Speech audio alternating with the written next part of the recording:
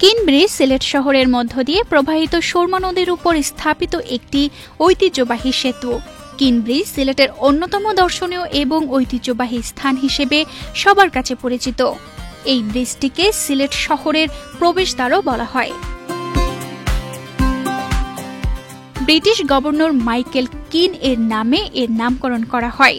Michael কিন 1932 থেকে 1937 সাল পর্যন্ত আসামের একজন ইংরেজ গভর্নর ছিলেন। গভর্নর মাইকেল কিন সিলেট সফরে আসার জন্য সুরমা নদীতে ব্রিজ স্থাপনের প্রয়োজনীয়তা দেখা দেয়, কারণ তখন আসামের সাথে সিলেটের যোগাযোগের মাধ্যম ছিল ট্রেন।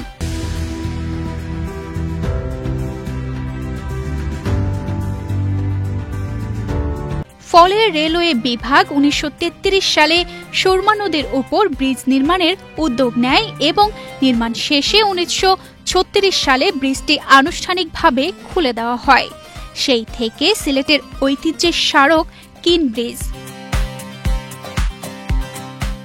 1971 সালে পাকিস্তানি হানাদার বাহিনী ডাইনামাইট দিয়ে ব্রিজের উত্তর পাশের একাংশ উড়িয়ে দেয়, যা স্বাধীনতার পর কাঠ ও বেইলি পার্টস দিয়ে মেরামত করা হয় ও হালকা যান চলাচলের জন্য ব্যবহৃত হয়। 1977 সালে বাংলাদেশ রেলওয়ের সহযোগিতায় ব্রিজের বিধ্বস্ত অংশটি কংক্রিট দিয়ে পুনর্নির্মাণ করা হয় এবং তৎকালীন নৌবাহিনীর প্রধান রিয়াল অ্যাডমিরাল MH খান সংস্কারকৃত ব্রিজটি উদ্বোধন করেন। ফলে পুনরায় এটি দিয়ে যান চলাচল শুরু হয়। শতবর্ষী এই কিন ব্রিজ একসময় ছিল যান চলাচলের প্রধান ভরসা। তবে দীর্ঘদিন ধরে হকারদের দখলে ছিল ব্রিজটি, পরিণত হয়েছিল ভ্রাম্যমাণ হাটে। এতে ভোগান্তিতে পড়েন সাধারণ পথচারীরা। জনদুর্ভোগ দূর করতে কিন ব্রিজকে হকার মুক্ত করার ঘোষণা দেন জেলা প্রশাসক মোহাম্মদ সারওয়ার আলম। তার উদ্যোগে অভিযান চালিয়ে 13 সেপ্টেম্বর হকার মুক্ত করা হয় ঐতিহ্যের এই সেতু। হকার উচ্ছেদের পর নতুন রূপ পেয়েছে কিন ব্রিজ। স্বস্তি ফিরেছে সেতু দিয়ে নদী পারাপারে। এতে খুশি নগরবাসী। তারা মনে করেন প্রশাসনের নজরদারি থাকলে ঐতিহ্যের সেতুটি আর জঞ্জালে পরিণত হবে না। এই যে পরিবেশটা দেখলাম কিং ব্রিজের, এত সুন্দর একটা মনোরম পরিবেশ পাই। এখানে কোনো হকারদের কোনো দোকান নাই, দোকানপাট নাই।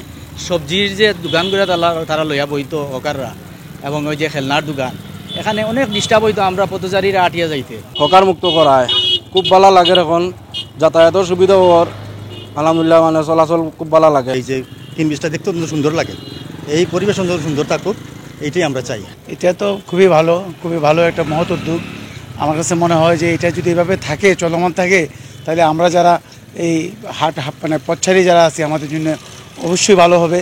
আর চাই না যদি হকার বইতো, মানে এই সিস্টেমটা থাকলে সবচেয়ে ভালো হবে। কিন ব্রিজ নয়, হকারদের ব্যবসার জন্য থাকবে নির্ধারিত স্থান। এজন্য হকার পুনর্বাসনের জন্য প্রস্তুত করা হচ্ছে অস্থায়ী মার্কেট। সেখানেই হকাররা ব্যবসা বান্ধব পরিবেশে ব্যবসা করতে পারবেন বলে জানালেন জেলা প্রশাসক।